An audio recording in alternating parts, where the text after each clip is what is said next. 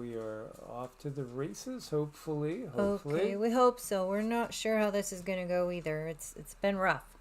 Yeah, let's see who been a will technically be rough first. day. Who will be first? Yep, gotta. Oh, there she is. Yeah, hi, there KK. she is. Nice to see you. So Yay. let us know you can hear us, and man, we'll be off to the races. Now we got KK here. Rama was second. Oh, Benzomatic. you can be second. Speedy Gonzalez is number 2. Oneness, hooray! There's Oneness. Hi, Dana Green. Dana Green. Thank you for letting us know too. Yeah. Oh man, just the stuff we go through, guys. Hey, Robbie. Yay! I know. Yeah, Benzomatic's always first or second. Carolina just always. Dream. Okay, heads 2. Awesome. Salutations and greetings. Hooray! We're all making it. Hi, Maria. Great to see you. Thanks for showing up. Yes, absolutely. Sassy says hi too. Sassy is bossing the dragons. She's busy. Yep. She's a boss. Oh, she's busy boy. bossing. Oh boy, guys. Okay, so we do have a lot going on. There's a lot. There really is a lot. Ah! Mary D made it in. Great to see you. There she is, our favorite Hooray. Elemental in the human Everybody's flesh. our favorite. We don't have favorites. You're all our favorite. Well, our favorite elemental. Yes, she is a favorite elemental. Yeah. Okay, so yeah, beautiful day, beautiful skies. Again, no obvious chemtrailing during the day, so that's good. They might still be doing it at night. I am suspicious that they are. But at least during the day, it's beautiful. Indeed it is. Oh, there's our Will. Hi, Will. Thanks for stopping by. Good to see you, Will. We're up to 33 people. There you go. That famous number. Yes, and always at the end. Let's see. Oh, gosh. Well, we're going to do a pattern at the end. We'll do a pattern. We're going to do a Schumann pattern at the end. It's quiet, but you guys will feel it. And Talisha's here as Hi, well. Talisha. Hi, Diana. Thanks Good for to see stopping you guys. by. So, yeah, beautiful day. I mean, I love the weather change. 85, that for here is not bad. It's changing. It feels brisker. It feels like fall. Man, I know where some people are. Yeah, it's already fall feeling like winter. Please do make sure you guys are subscribed. Hit the like button. And, we appreciate all that you guys do as we are well into our 8th year doing these videos and talking to you all. We did do a video. This is one of our instruction videos, went up on Patreon. So these are going to be coming out regularly. Lots of how-to as far as energy work. It's a combination of many different disciplines: Reiki, Pranic healing, medical Qigong, and it's called Evolutionary Energy Art Healing. If you want to be a evolutionary energy healer. art healer, or EEARTS healer. Yes. So if you want to learn more, do check that out on Patreon. There's different tiers, and each tier has its benefits. So again, we invite everybody to join us over there. So this just came out today, this article from Earth and Sky. Earth's magnetic field has a weak spot that's growing. I'm sure that you've heard about it. I mean, I've talked about it going all the way back to 2018 and 2017 even. This South Atlantic anomaly has just been consistently growing, and so it's growing more rapidly. Now they call it a weak spot. So for 11 years, the European Space Agency's Swarm satellite constellation, think about that, constellation of satellites. Yeah, there's tens of thousands. There might be hundreds of thousands of satellites up there. The interesting part is there's some objects that appear to be satellites that are very ancient. Go back to the time of the Younger Dryas period extinction event. So, 12, 13,000 years ago. That's how ancient some of these satellites are. Yeah, there's so much that we don't really know, or that they won't tell us. But they've been tracking the shifts in Earth's magnetic field for over 11 years. The ESA said on October 13th, 2025, that a weak spot over the South Atlantic and South America is growing, stretching towards the tip of Africa. Meanwhile, a strong spot over Siberia is increasing. So it's again a telltale sign of a magnetic pole reversal. Lots of changes. We have lots of changes ahead for us. What we've gotten from the guides is that things take more time typically than you might expect. But at the same time, we also do not believe that the numbers that NASA gives us are correct either. We think that in some cases, like when they talk about 65 million years ago, the dinosaurs went extinct and that was it.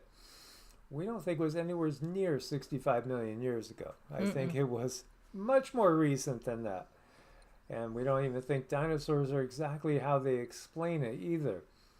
But when we're talking about the Earth's magnetic field, it's like a giant protective bubble around our planet. It's generated by the churning of molten metal in Earth's liquid outer core. It extends from the core out into space, where it fends off charged particles from the solar wind. But the strength of the magnetic field is not the same everywhere on Earth. This is also why when you see changes, when we get these CMEs, like there's two CMEs approaching, they impact us a lot more because, again, the shields are down. So everything seems to be impacting us a lot more in this time than it used to in the past. I think everything is. I think the comets are impacting. I think our planets, where they're at, they're more impactful. I think people are really, some might be having a good time with the new vibes and some people might be struggling with the new vibes. But, if you change the vibration too fast, I don't think that's too good for the human body either. So I see Nina's here. Nina the Mystic. When things get a little bit slower, we plan on having a joint collaboration with Nina over at her channel. Yes. She has a channel too. So if you guys haven't checked out Nina's channel yet, please do. Again, everybody, that just so you know, typically you should be able to get to a channel. I know I can. By the icon and the name of the person in chat. But anyway, Nina's channel is up and running, so we just wanted to mention that. Okay, getting back to this. So for the past 11 years, the ESA, European Space Agency's swarm satellite constellation, has been tracking the shifts in Earth's magnetic field. And I think our JW knows all about this, but, again, there's a lot of you guys that know all about this. For those that don't, though, we're going to go through this. Swarm consists of 3 identical satellites that measure magnetic signals from all over Earth, including the interior and layers of the atmosphere. So on October 13th, they said that the weak spot over South Atlantic and South America, which scientists call the South Atlantic Anomaly, is growing and stretching towards the tip of Africa. Meanwhile, a stronger spot over Siberia is increasing. Compare the weak spot in purple in the map from 2025 to the weak spot over the South Atlantic and South America from 2014. So you could see it has way more than doubled in size. As you can see, again, it's expanding and covering a pretty large portion of the globe. And I know there's some snickers out there when we mention globe. Now, this is increasing. So what's it going to look like in another 11 years? Is it going to cover the entirety of North America and Africa? At what point do the poles shift?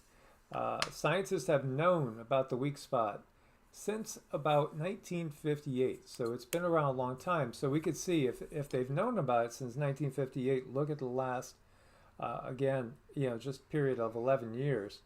It's obviously increased dramatically, especially it seems to be increasing exponentially. And now, yes, tens of thousands of satellites up in space. So the thing they're worried about is increased radiation. for satellites when passing over the South Atlantic anomaly. Will this cause blackouts? You know, I have that feeling that, and it's pretty obvious. I mean, haven't you guys noticed that it really seems like the technology is failing in 2025 way more than, say, 2020? I had better internet in the desert in Death Valley in 2019 than we do now when we're closer to people. Oh, beloved KK, thank you so much. Thank you, KK. And if you can donate there, you can also donate over on Ko-Fi too, as well, if you so choose. It really helps us out a lot. Thank you. You know, I mean, doesn't it seem, I understand planned obsolescence, but doesn't it seem like the technology is more glitchy than ever? And how much... It's a mess. It is. It's horrible. I mean, it's just horrible. It doesn't seem to be getting better, to me anyway. It seems like it's getting worse. There are new things out there, but just the basic things seem to be way more spotty. Is this because of perhaps the changes in the magnetic field of the Earth? Or is this just simply something that's being done between warring nations? Is it something that's being done so people will automatically go for more upgrades, you know, look for better equipment? I don't put anything past the system when it comes for making more money. They'll always do whatever they can to make more money. So, yeah, you know, this is very interesting. The South Atlantic anomaly is not just a single block. It's changing differently toward Africa than it is near South America. There's something special happening in this region that's causing the field to weaken in a more intense way. In addition to the weak spot weakening even more, there are areas where the magnetic field is stronger than average. One of these is over Siberia. Has become even stronger, but another strong area over Canada has weakened somewhat. The strong area around Siberia has grown by about the size of Greenland. That's substantial. But it always gets me that the fact that Greenland is distorted. When we look at the Mercator projection, you would think Greenland is enormous, but it's much smaller than what they show by the Mercator projection. In fact, some governments want to eliminate that projection because it's so distorted. So the Canadian region, strong region, has shrunk by about the size of India. So what's causing the changes? Where Earth's liquid outer core meets the rocky mantle, the magnetic field can have variations in strength, and there are areas with reverse magnetic polarity the scientists call flux patches. These areas are linked to the weakened region. So normally we'd expect to see the magnetic field lines coming out of the core in the southern hemisphere, but beneath the South Atlantic anomaly we see unexpected areas where the magnetic field, instead of coming out of the core, goes back into the core. Thanks to the swarm data, we can see one of these areas moving westward over Africa, which contributes to the weakening of the South Atlantic anomaly in this region. And then researchers associated the strengthening of the region over Siberia with the northern magnetic pole moving towards Siberia in recent years. And we did cover that. That was before we were ostracized from YouTube in May of 2019. We were talking again about the magnetic pole shift increasing in speed. It literally has been speeding up. And there's certain data points that we just don't get anymore and haven't gotten for years. Perhaps because they just don't want to let us know how far we are into this. So the changes that we're observing in Earth's magnetic field is primarily of importance to our low Earth orbiting satellite infrastructure. Now, you know, some also worry about, can this cause increased radiation and affect, you know, all the biological life on Earth? You know, again, they're telling us not to worry. But we do know that humans in a Bronze Age are very different than humans in the Kali Yuga. And, there's many different mechanisms that can trigger that. So when we're talking about last full magnetic pole reversal, that was known as the Brunhes Matsuyama reversal. That occurred about 780,000 years ago, they say. I was asking Cindy to feel into that, and it doesn't feel that far back. Just want to say thank you to a couple more people, Robbie and JW. Thank you so much for popping over on Ko-Fi and helping us out. It's very much appreciated. Thank you, thank you, thank you. So, yeah, I don't think it was that long ago, because the reality is I do think that Earth was literally Tiamat that long ago. That's the reality. We've gotten that Earth has been Earth as she was recreated from the largest remnant of Tiamat after the destruction of Tiamat for 3 full cycles of the yugas, and now we're going into the fourth cycle of the yugas. You know, it's interesting because it's really hard to put a number on things, because time is relative to the yuga. Literally, time changes. As we've said it, and so many other people have said, time is relative. You know, when you are doing something that's wonderful and you love it, it goes by so fast. When you are sitting in the dentist chair, it goes by so slow. You know, it's so relative in so many ways. And yet, when we're talking about Bronze Age, I do think it's even more relative than when we're talking about the Kali Yuga. Again, what is human life expectancy in a Bronze Age? Really, what we get from more than one source, we're talking the Vedic, the ancient Greeks, and others, that life expectancy is what you saw with the biblical patriarchs, like Methuselah, 969 years. Yes, absolutely. You know, in fact, in our Kali Yuga, there was a Qigong master that we've done a couple videos on that was documented by the Chinese government. They kept sending them out, congratulations on your 50th birthday, 100th birthday, 150th, 200. You know, he lived from what we've gotten close to 300 years. That's very unusual in a Kali Yuga. But that would be normal when we get into the Bronze Age a bit. And again, we're just dipping our toes in. So I do feel that our children, our grandchildren, our great-grandchildren, they're going to have very long life expectancy.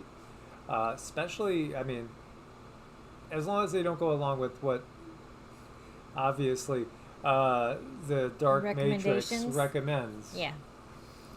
So they say modern science gives us that the last major reversal happened about 780,000 years ago. Most recent estimates suggest the process took 22,000 years. Wow. You know, I wouldn't be surprised if the reality is that was more like 75,000 years ago and 2,200 years. And also, when was Earth recreated? This is a different subject. We've never gotten a straight answer on it. I think it's interesting, too, when you look to the Law of One, which was fun and fascinating. And if you haven't gone through the Law of One, everybody should. I think it's just like recommended reading, reading. For opening up your mind.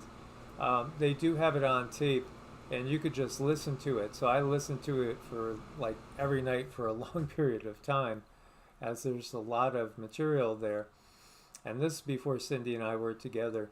But they were talking about the beginning of this cycle that we are in. And I mean the bigger cycle. And the Law of One was indicating more around that 50 to 75,000 year range. I would love to be able to pin down the guides on this, or I don't know if there's anybody else out there that's channeling that has ever gotten that type of definitive answer. But I feel in this case, I'm thinking that, you know, it's much more recent than what they're saying. Prior to this full reversal, a significant geomagnetic excursion known as the Last Chance event occurred about 41,500 years ago, they say. in which the magnetic field weakened dramatically. The poles briefly reversed, but then came back. So that's an excursion. And the average interval between reversals is 300,000 years. So it's well overdue. And magnetic pole reversal and crustal displacement are connected, but they are two different things.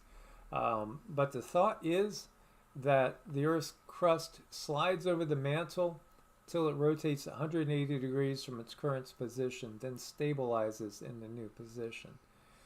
I'm not 100% sure on that. Of course, I'm not a geophysicist, but at the same time, I think there's a lot of geophysicists that might feel that they're sure, but they're not really sure. Because again, the science is hidden from us. The mantle slides underneath the crust until it rotates 180 degrees, then stabilizes.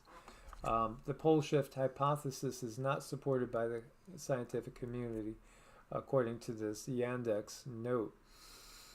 Again, I think the best thing for us to do is to feel into things, work on that connection, start to remote view for ourselves, and also check out other respected remote viewers and other psychics and those that are channeling, and look for congruences. Like, again, there's a bunch of new people that are channeling now, and they come up in my feed, and when I look, for the most part, very pleasantly surprised, because it feels like there's a lot of good people out there, a lot of starseed light workers that are waking up, and they're really coming full online, and that's a real exciting thing, because it's going to shift the paradigm. We're all here to shift this paradigm. So yeah, pole shift is going to happen. It is. How about that crustal displacement?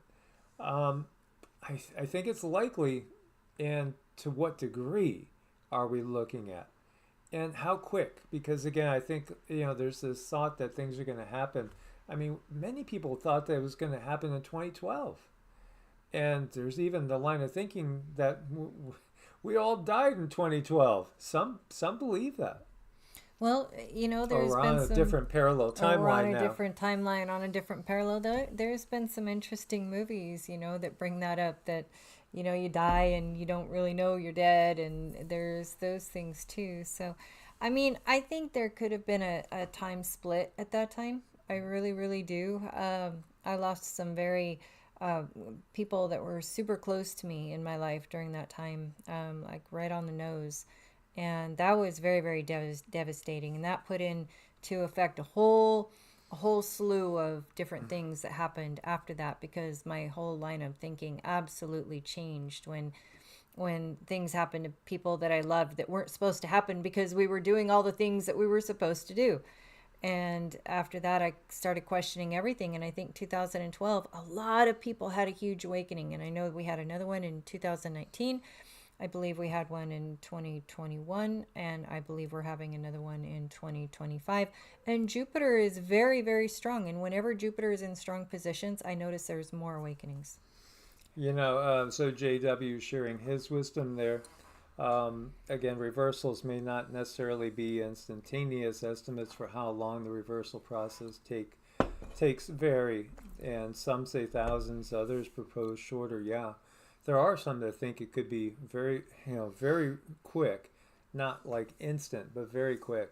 By the way, if JW is open to it, he is an author. And if any of you guys have young kids out there that like to read, I would share, a line of books that he has done that are going to help fund his retirement from public service. So, I'll see if I could get a link from JW, and, again, good stuff for the kids to read, wholesome. And, when you look at it, you can see, again, like right here, it's just, this is, I think this is a contentious item, because you do have people that really, argue strongly for different points of opinion. Into Thin Air has covered a lot of the technologies. He's done a great job in showing, and did show, and by the way, we had another big wave of energy just recently coming off Antarctica we talked about a couple days ago. Literally, Mr. MBB caught that, and big waves of energy going up through Australia coming from Antarctica. And this is into thin air. So, this has happened multiple times. We see these massive waves of energy coming from Antarctica, in this case going directly over the area of the South Atlantic anomaly. Now, we've done videos too about that little Bouvet Island, and he has as well, into thin air. Bouvet Island it's right there, it's right there down below the tip of Africa, off to the side from the very tip of, I guess that's Argentina and Chile there. And, it's a military base. We know that. And it's really weird because when I was looking at it, I found on Google Earth spots that you could click on for street view, kid you not. And where did it take me? It took me to the Middle East. Weird. I don't know if somebody's giving us a tidbit, a little clue, about the inner Earth, or I don't know, but that was just bizarre. But we did videos on that. That was a lot of fun. More than once, we've seen these massive waves of energy again coming from Antarctica right over this area, and even causing anomalous readings as far as waves, like massive waves. And also we've seen energy waves, then we've seen hurricanes change and change track and get amplified. So we got the technology part of it. Some people believe that not everybody that was wiped out in the Younger Dryas extinction event were, let's just say, cavemen-like. In other words, there's a breakaway society that's still left. We had these discussions with David Dubine like 6-7 years ago, talking about, you wouldn't really even necessarily need aliens. You could simply have people that have survived these great resets and mud floods, that have the technology, have inner Earth and under the water bases. And, there are islands. We've gotten this from the guides too, that there's islands out there. There's land masses out there that are on no maps because they've been, like airbrushed away, so to speak, because there's all sorts of technology on them and they don't want you to know. I think there's a lot of technology out there, and I think that those that do have the technology, they also know the cycles. So I think we're at a disadvantage there, definitely, for sure. That's the thing. So you get people that say, like Into Thin Air says, in my opinion, it's frequency technology. You get people like Open-Minded Approach. No, it's just a natural cycle. Ben Davidson, it's just a natural cycle. It's both. It's there are natural cycles, but there's absolutely technology at play. Then you have, this outlook here. This is from 9 hours ago. Climate change threatens 4.5 million more UK homes with flood risk by 2050. UK's got like 68 million people, so how many homes are there? I don't know, 30 million maybe? So that's a huge portion that again, and it's not just, they're going to be at risk, and it's not just the US where we have insurance companies that won't cover you. The insurance rates are going up all over. Look at this. Towns may have to be abandoned due to floods, with million more homes in Great Britain at risk. And we've seen this when we were looking at our little area, the Texarkana area, where we were before, down by Shreveport. We were looking at in the future, and we were looking at like 2035, 2050, 2100, and it doesn't look like it was ever washed over. It looks kind of fine, but we did see that it was way empty, or very, very empty compared to what we have now. A lot of abandoned houses, a lot of properties being reclaimed by nature.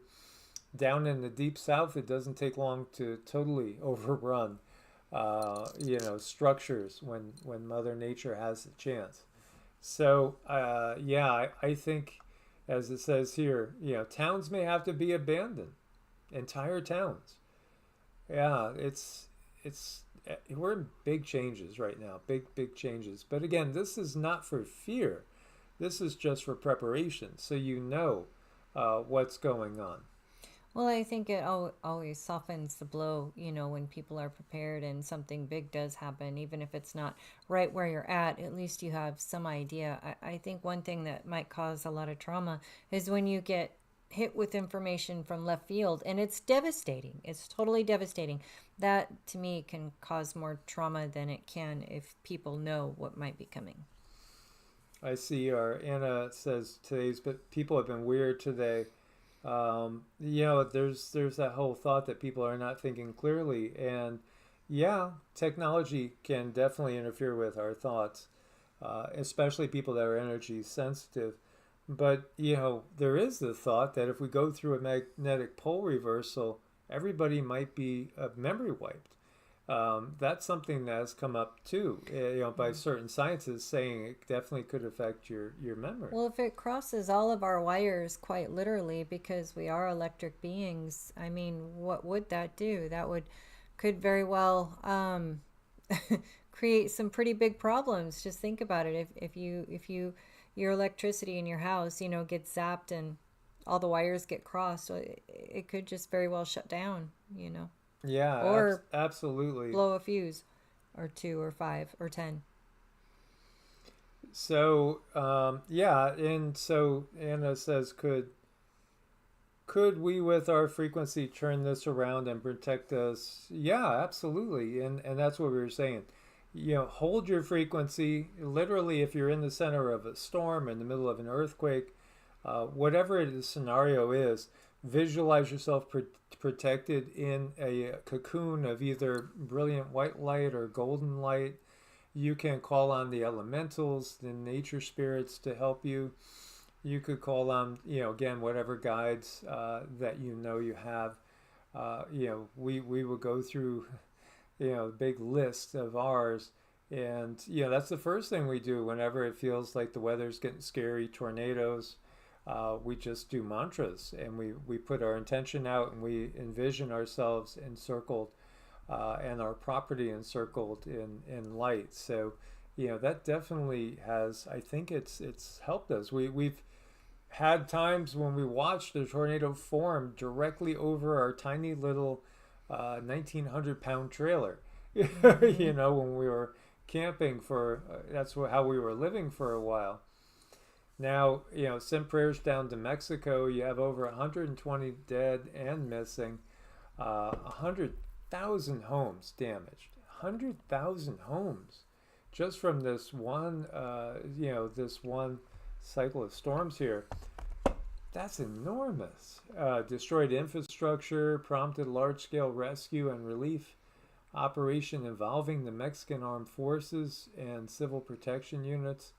Yeah, that would be ideal, is if all that the military had to do was to help in times of, these type of disasters, instead of, again, the nonstop wars we have around the world. So heavy rains killed 29 people in Veracruz state on the Gulf Coast as of October 13th, 21 people in the Hidalgo state north of Mexico City. At least 13 were killed in Puebla, east of Mexico City. And one fatality reported in Querétaro, where it was a child killed by a landslide. This is just happening like every day somewhere, and it was not this severe when pre-2017. Yeah, pre-2017. It didn't feel this severe at all. No, it's gone through the roof. It has just gone through the roof, and there are those out there. I saw another person that said that the 7-year tribulation is actually starting like now, starting right here in the middle of October 2025, and ends in 2032. A lot of people are pointing at 2032. Obviously, there's an agenda with 2030 that we all know about. They sent out over 10,000 troops and civil protection teams, and then of course health officials issued alerts for possible outbreaks of dengue and other mosquito-borne diseases because of the still water now. everywhere you look, we have challenges. There really is no perfect place. This is up in Alaska. Rescues underway western Alaska after Typhoon Halong. The remnants blast 100-mile-an-hour winds, floods coastal villages. This is up in Alaska again. It's everywhere we look. It's just crazy, severe. The intensity of these storms has just continually gotten greater. And we look back at the evidence of mud floods from the last just several hundred years, 200-300 years. And they seem to be occurring pretty regularly. I guess, just the fact that we didn't have the internet, when you go back to when I was growing up. Hey, Mario, good to see you. Thank you so much for your support, Mario. Thanks, Mario. We appreciate you. Mario's always so supportive. Mm-hmm. Yeah, and this is Catalonia in Spain. Spain's northeastern Catalonia region. We'll have to check in on one of our family members over there. Yes. Make sure she's okay. I think she's a little south of this. Man, it's just everywhere you look. Of course, this affects everything. This is definitely affecting food supply. There's been just countless foods lost, crops lost.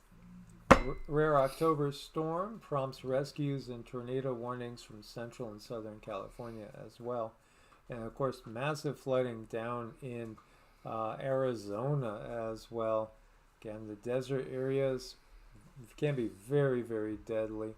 And then, of course, when you do look up towards Portland, Northern California, you get those pineapple expresses that come in. And we definitely have more eruptions going on. This is Luatobi, Laki volcano. This is in Indonesia. So it produced an ash column rising up to 44,500 feet above sea level. I think ultimately we're going to see cooling and not warming.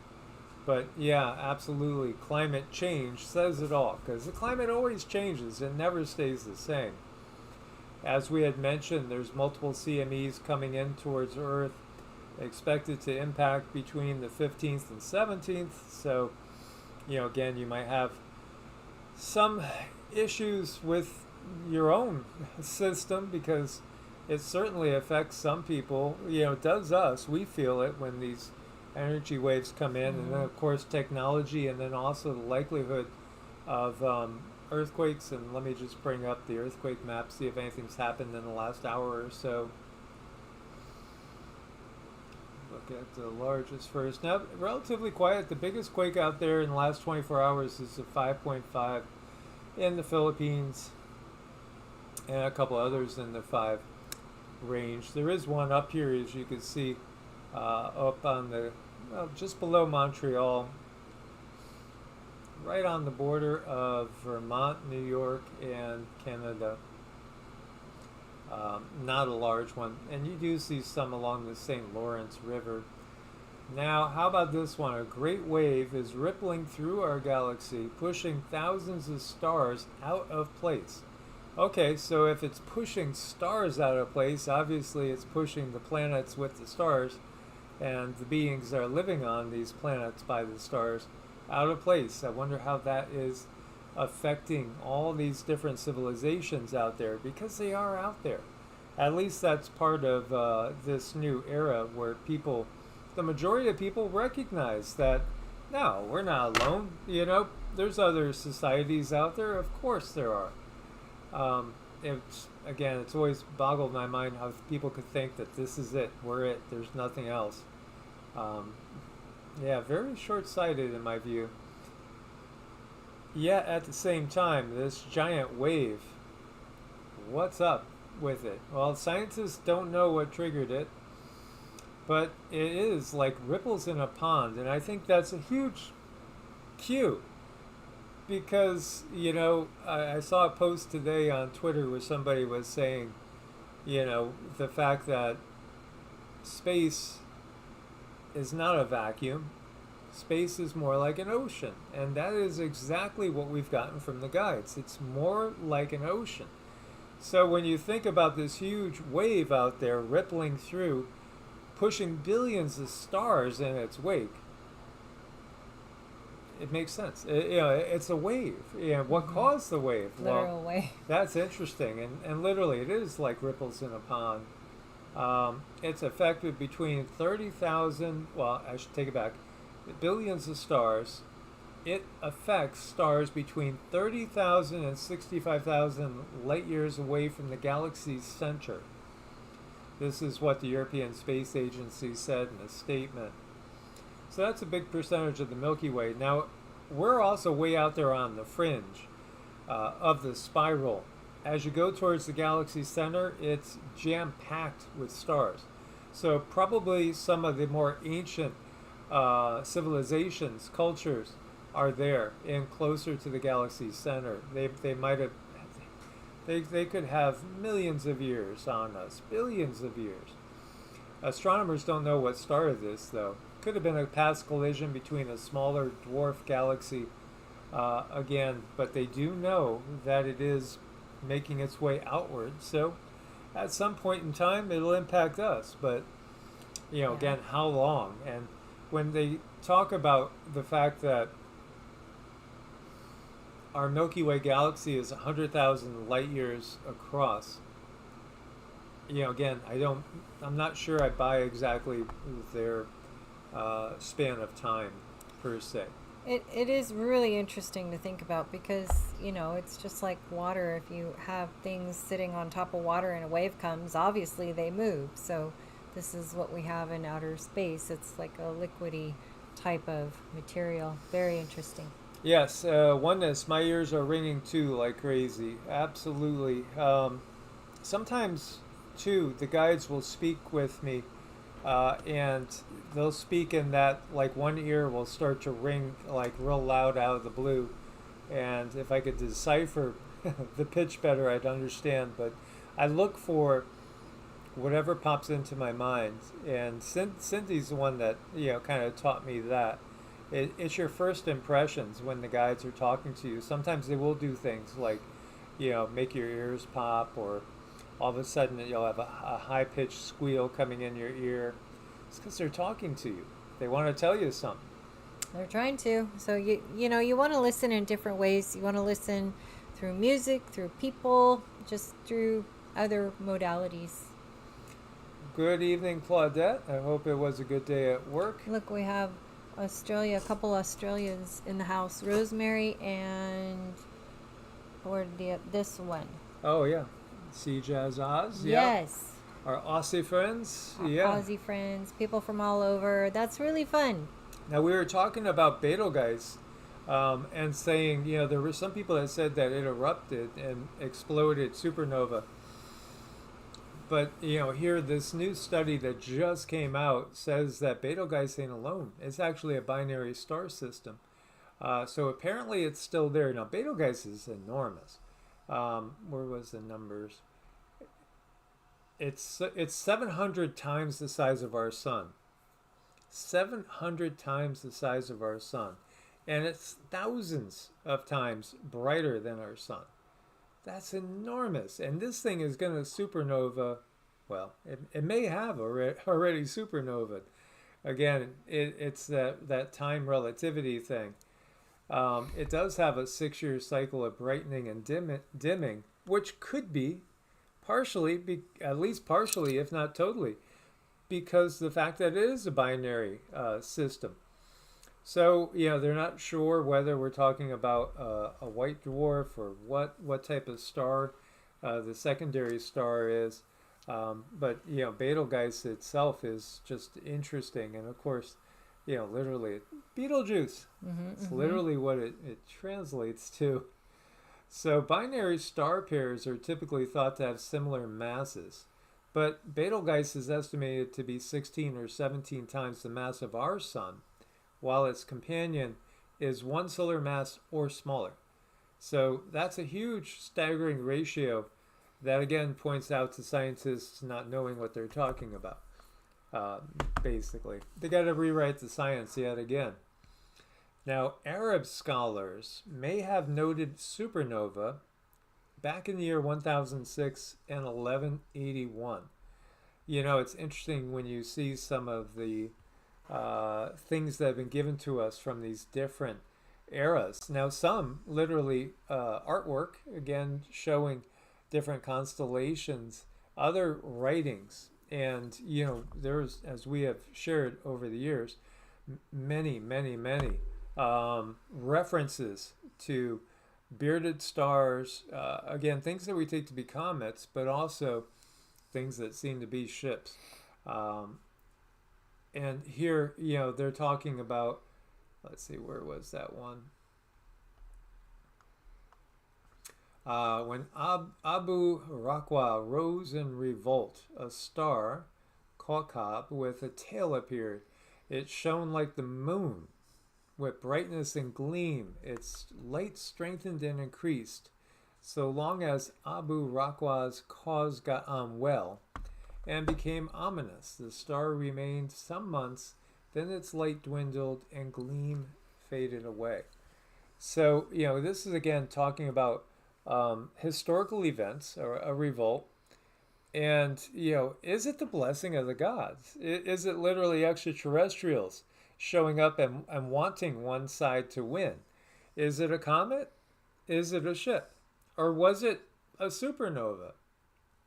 Well, you know, when you ask that question, is it, you know, certain aliens wanting one side or another to win? I just think as above, so below. And don't we have teams here that people go root for? You know? Yeah.